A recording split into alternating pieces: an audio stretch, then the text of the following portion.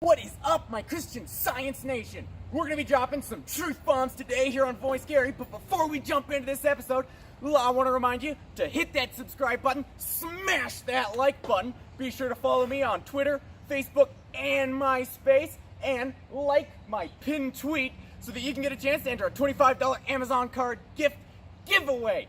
I said gift card backwards, doesn't matter, we're doing this one take, let's go!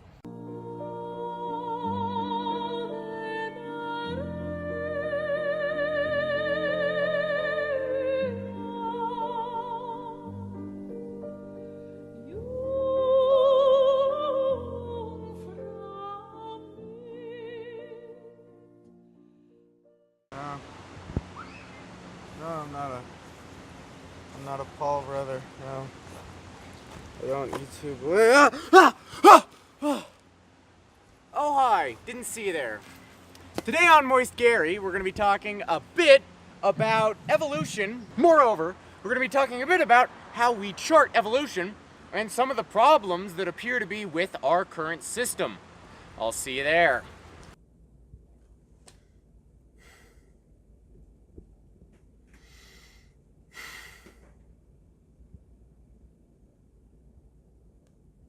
How do I do this?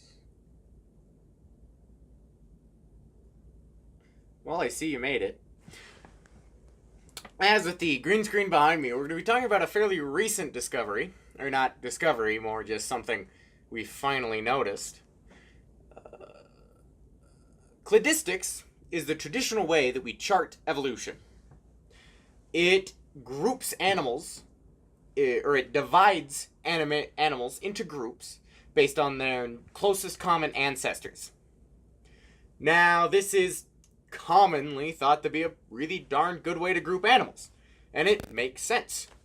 Okay, these two animals might not be very alike, but their next common ancestor might be two or three genera prior, so they could group fairly close together, such as hippos and whales actually grouping not too far apart.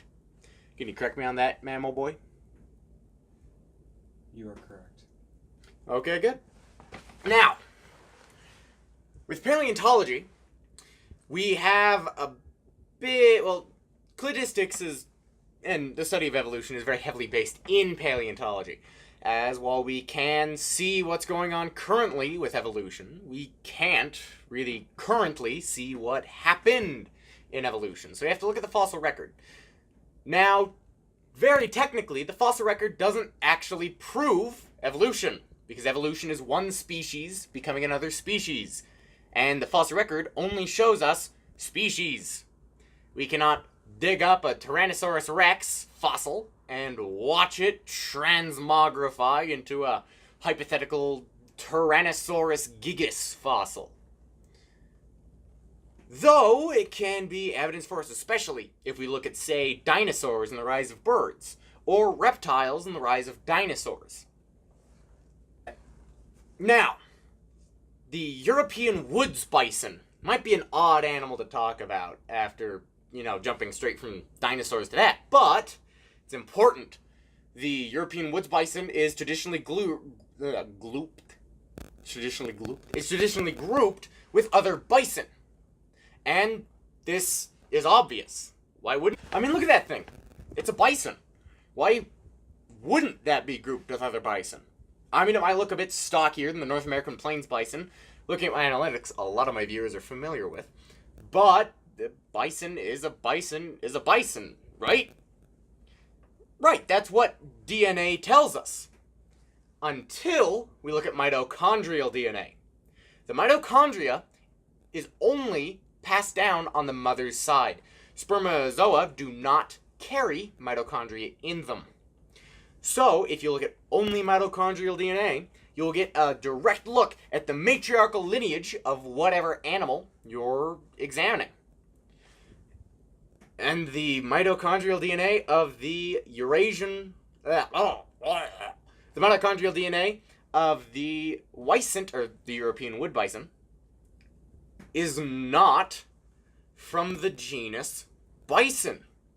It's from the genus Bos, which includes such animals as ox, modern day cows, and probably most famously, well, in the fossil record, most famously, Bos aurochs, or the aurochs, one of the largest cows, even though it isn't quite as big as modern day gar. But hey, everyone wants to talk about the big fossil animals, not the big modern animals, because they're not dead yet. Why would they be interesting?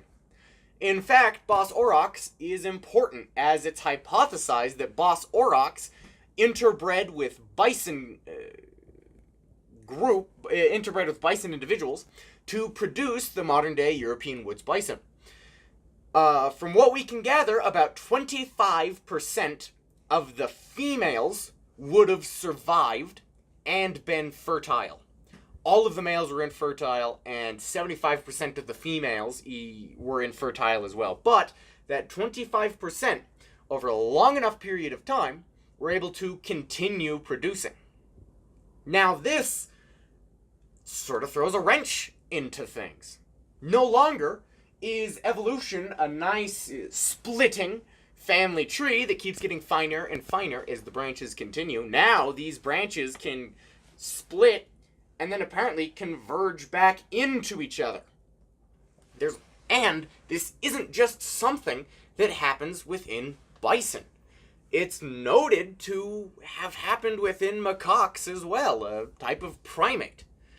If one social primate has the precedent for it, that means that hominids like us, Neanderthals, all the way back to Australopithecus, could have the precedent for it as well. I'm not saying this is what happened, but this could be an explanation for what happened to so many other genuses and species of Homo sapien. They might have interbred with us. The hypothesis is not anything new particularly, as this has been thought of as one of the ways that Neanderthals probably disappeared. We know in European, or humans of European descent, that about 30% of the Neanderthal genome survives to this day. This only widens the possibility up from our closest relatives within the same genus to relatives outside of our genus. I'm no prehistoric man expert, but it does have some interesting implications, this paper. Yeah, especially considering you said Australopithecus and not Australopithecus. Thank you. Australopithecus, not you. Australopithecus. It hurt my soul. Yeah, I know it hurts your soul, Ryan. Thank you. You know what hurts my soul? Every time you don't have an outro joke. Yeah. That takes a piece of my kidney. That's where my soul's housed. Okay. My heart shriveled up a long time ago. But one of my kidneys is still going strong. I lost the other one in Nam. Back in the river. I still have nightmares about rivers to this day, you know, Ryan.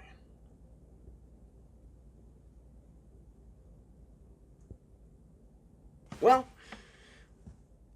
you know, I'd ask you to, the normal YouTube stuff, like, subscribe, leave a comment, maybe with your favorite dinosaur, but I've got this kind of deja vu feeling that I've already done that this episode. So, do you have a joke on hand, cameraman? What do you call a toothless bear? What do you call a toothless bear? I'm not sure. A gummy bear. That's funny. Please stop filming. Please, just stop, please.